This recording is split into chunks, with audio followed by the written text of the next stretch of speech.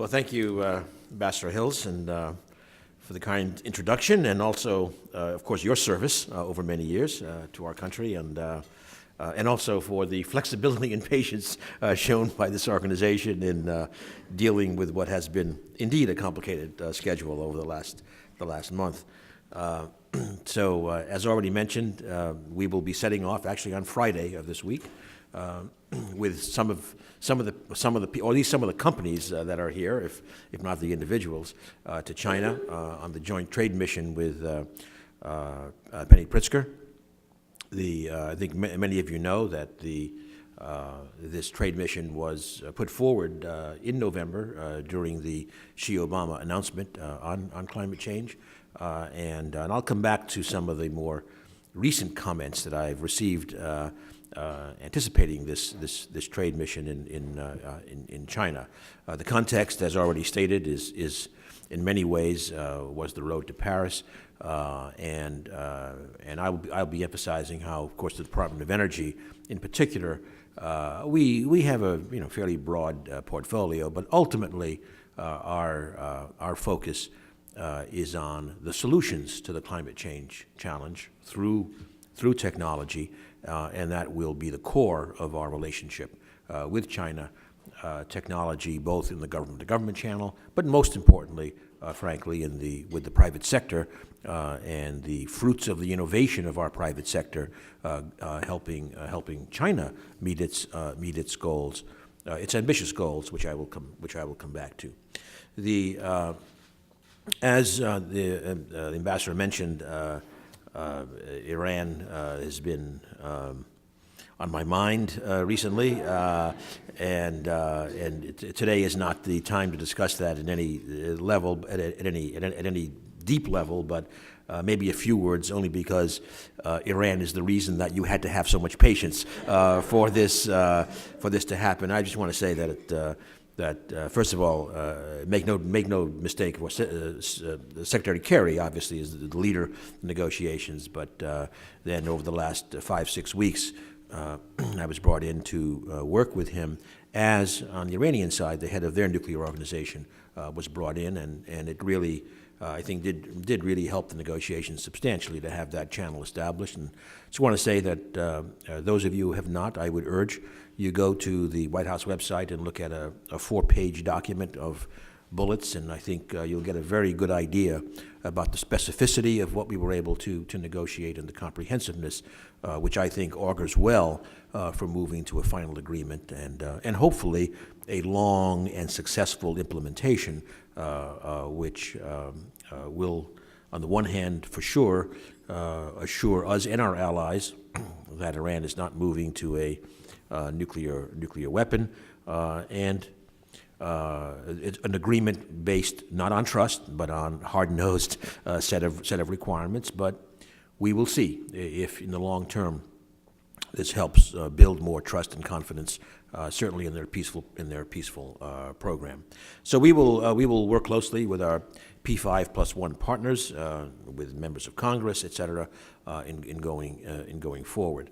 I do want to mention that the P5+1 obviously includes China. That's our pivot back to this discussion, and just to say that in and of itself, the coherence of the P5+1 in reaching this understanding on the way to an agreement is actually quite remarkable in and of itself, especially when you consider the kinds of tensions, for example, right now with another member of the P5+1, an unnamed member, so it was really pretty remarkable across the board. But as I say, China was part of that, and let's go back to the U.S.-China relationship and the upcoming trip that we will have.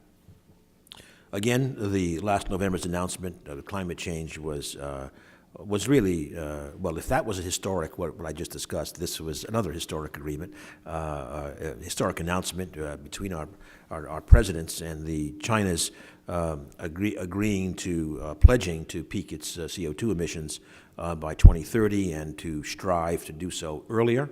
Was very important. Recognition of the responsibility that we both have as being responsible for a combined 50% roughly of the global CO2 emissions, but also The other major part, in my view, which perhaps gets less attention and maybe deserves a bit more attention, was the commitment to increase the non-fossil share of energy to 20% by 2030. Again, maybe striving to do even a little bit better than that. But I think we sometimes don't fully comprehend the magnitude of that commitment in terms of doubling. I mean, we're probably talking about over a gigawatt a week sustained for the next 15 years. 15 years is roughly 800 weeks, and probably need 1,000 gigawatts there, a terawatt. And so anyway, so it's really a substantial effort goal. Now, China, as we all know, has produced more than a gigawatt a week recently, in years not so long ago in coal, but now doing that for 15 years with clean energy technology is really going to be quite something. And needless to say, that opens up major opportunities for supplying that kind of technology because it will have to be effective, and it'll have to meet economic tests to be able to do that. So that kind of is really the context. And as I said, Penny Pritzker and I will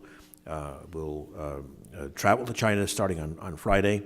It's I think unusual to bring two cabinet secretaries together in this kind of thing. Although I'm getting used to that, given the activity with John Kerry over the last month, and in fact, I just might say that last June, when we had the Strategic and Economic Dialogue, the annual dialogue in Beijing last year, I think to be honest, I think a signal was missed by many in that for that visit, Penny and I were both there as well, led by Secretaries Kerry and Liu.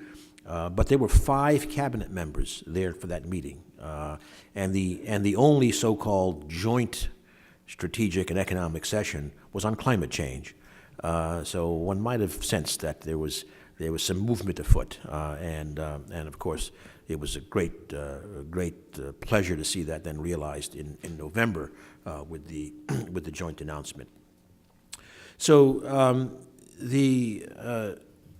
again, the visit coming up, obviously it has the specific goal of having having at least 25 of our innovative companies present, establishing business relationships and looking at future opportunities.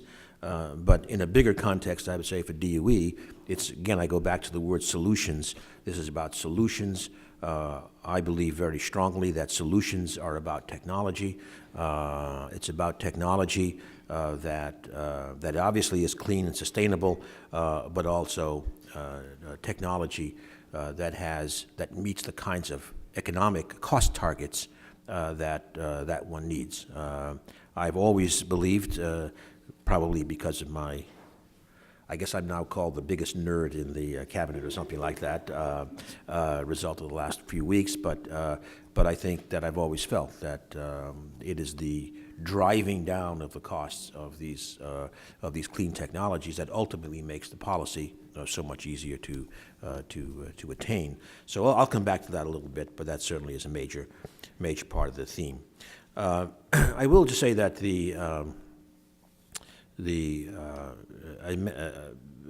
just recently, Hank Paulson, a repeated visitor to China, John Podesta, were just there literally. When I spoke with John this morning, and the signals that are coming back from these visits are just uniformly positive in terms of the potential for the engagement of the United States and China in these areas. A palpable recognition of the importance of the announcement that our presidents made in November, and a real determination, I think, to follow this through and to work closely together. So we are very, very pleased about that.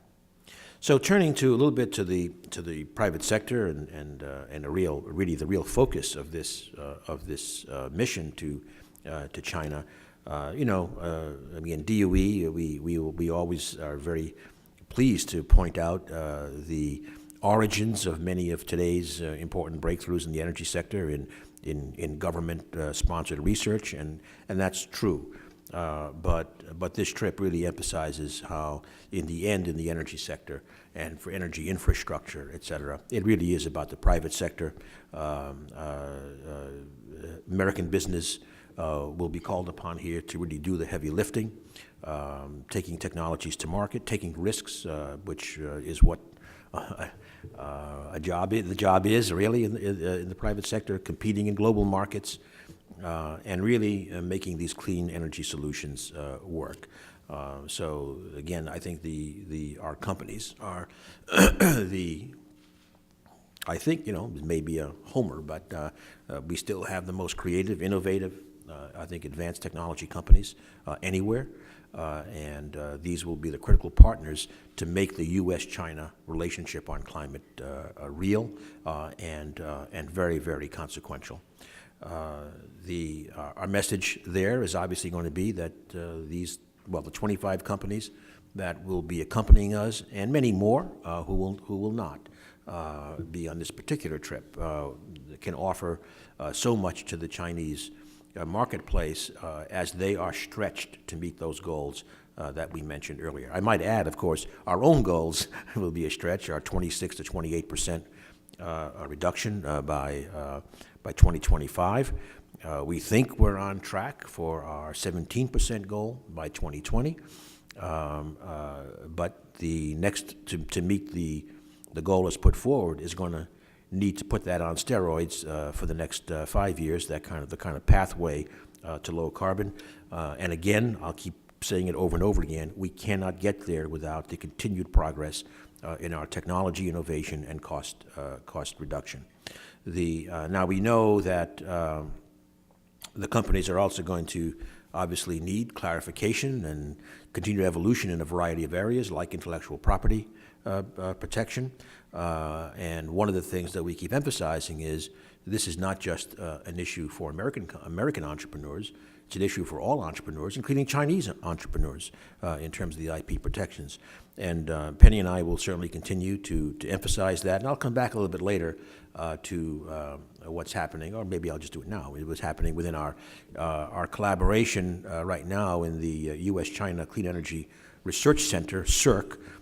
This has been a very effective collaboration, we think, in a number of areas. Clean coal technologies with carbon capture, buildings, vehicles, smart grids, and as I'll come back to, a new thrust in terms of the energy-water nexus. We have a fine water company here in the table. But what is not emphasized so often is the CERC itself has a specific IP track, an IP agreement that is central to our discussion. Let me say a little bit more about, again, CERC and the DOE program. As I said, the research areas are advanced coal, clean vehicles, and efficiency in buildings, and now the new track on the energy-water nexus. And just want to say on the energy-water nexus, for the formation of the U.S.-based energy-water research consortium for CERC, we have released a funding opportunity that closes on May 4th. So it's very active. We're moving forward on this, and we want to get projects going soon.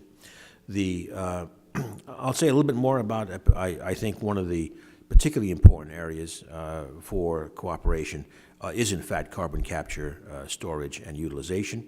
It's pretty obvious when China, I think, uses more than half of the world's coal in and of itself, and we are the second at about 1 billion tons per year. This is a major emphasis for us as well. What I want to emphasize is that we are actually hoping for major projects in both directions. Us involved in Chinese projects and China involved in at least one major U.S. project that is on the books.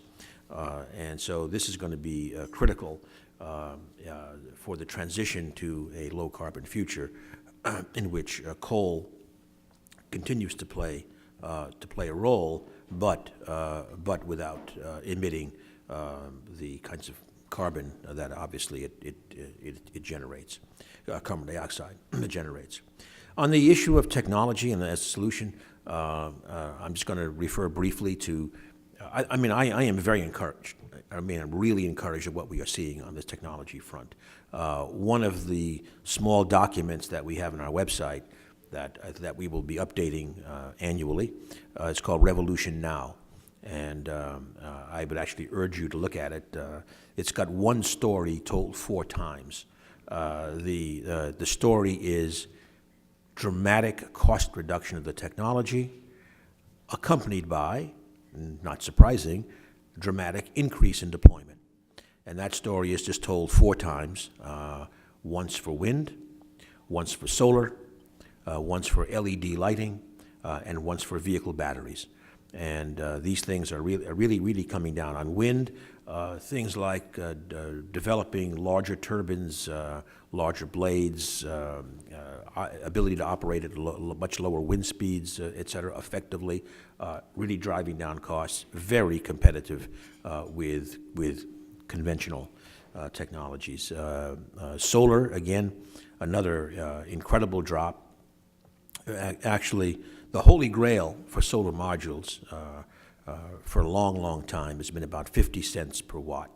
And we are clearly, for utility scale deployments, let's just say we are clearly below 80 cents already. And it wasn't long ago where we were talking, $3.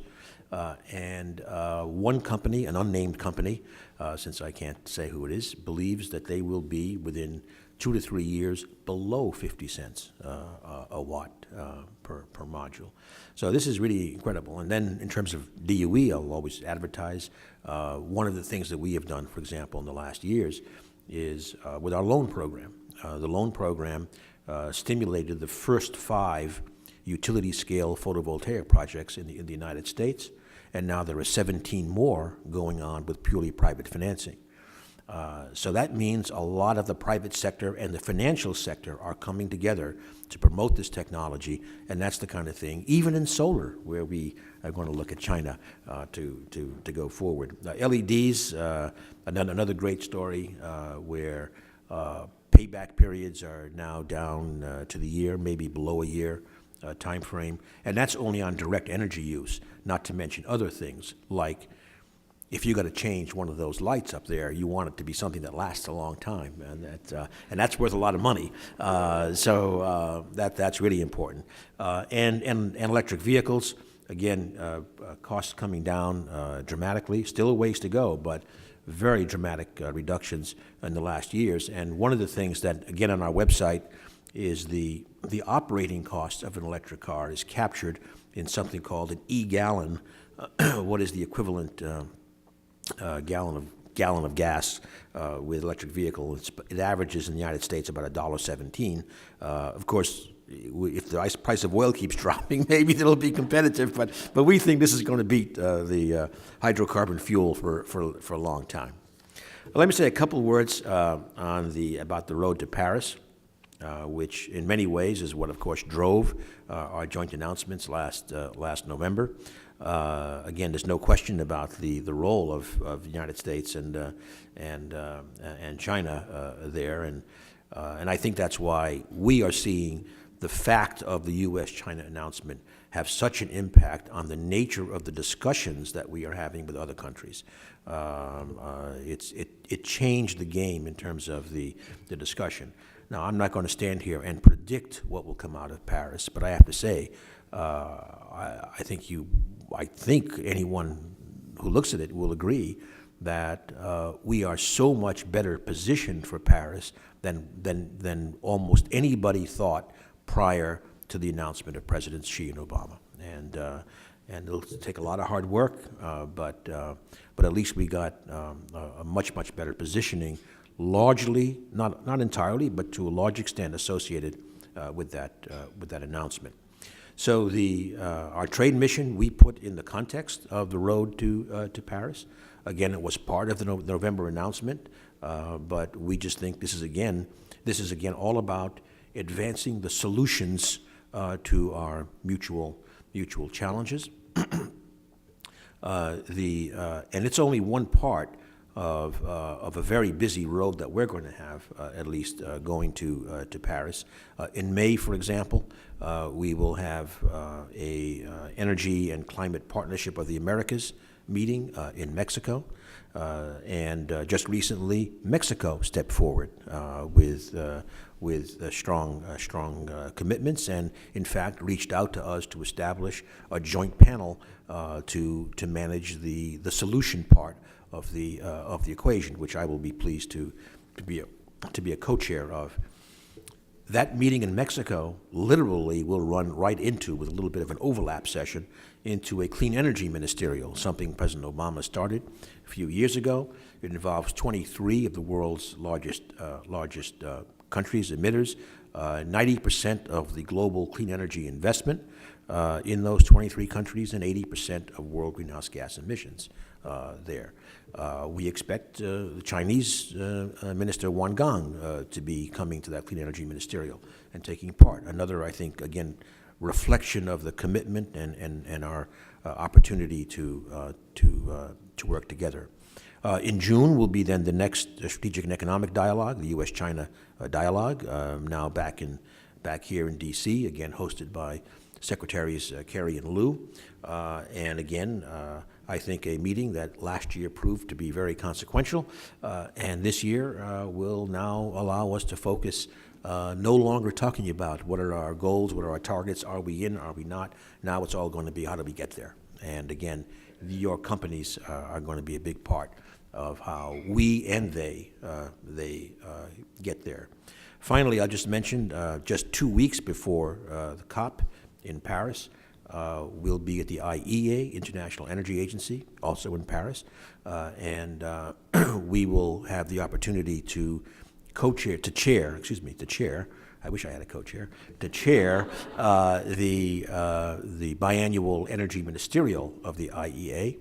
And once again, our focus, we've made it very clear, our focus is going to be to have that discussion really home in on the solutions. It's solutions, and that's really the key. Then that's the road to Paris. Hopefully the road to Paris will succeed, and that will lead us to the road from Paris, and that obviously will be very, very important. We hope that road from Paris to our successful trajectory towards this very low carbon economy is going to be enabled in no small part by the kinds of business relationships that we want to see started, get seeded next week in China. Because again, if the United States and China don't meet our ambitious goals, it's going to be very difficult for the world to do so, not just politically, but also in the technology that they will need as well to go there. So I'm confident in what we are doing in our government-to-government efforts, but I'm also very confident in the capabilities that these companies will take to China, innovative solutions, and again, hopefully, the beginning of what will be very, very robust partnerships over the years. So with that, I hope that gives some idea of how we're looking at this, and I'd be happy to take a few questions.